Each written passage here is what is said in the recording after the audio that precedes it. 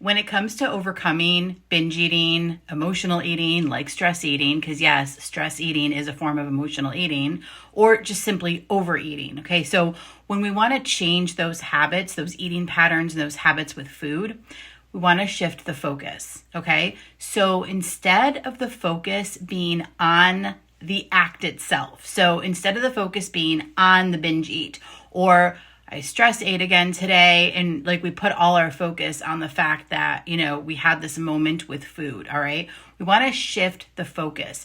Instead of focusing on that, want to focus on what happens after, okay? Because that's where the change happens, all right? It's really interesting.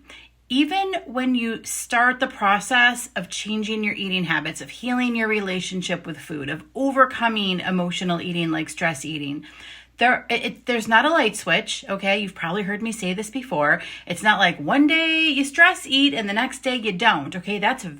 I've never heard that. Like, that's extremely rare if it does happen with anybody. I mean, if it does, like, good for them. That's awesome. That was not the case for me. It took several months actually before I noticed, oh, okay, it's happening less frequently. And when it does happen, it's less intense, okay? It wasn't about the actual eating. It was about what I was doing after I noticed I had a stress eat, or after I noticed I had a binge, right? Or even just after overeating. It was sitting down with a journal and questioning it and wondering what happened and recognizing what the triggers were, knowing my trigger foods, all that stuff. And so the focus was afterwards on understanding more about the habit and then deciding what I was going to do different next time.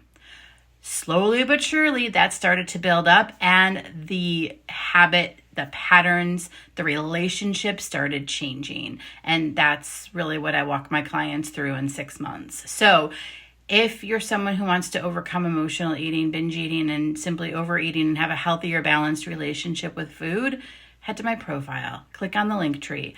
There's a ton of resources there for you, and you can also book a discovery call with me.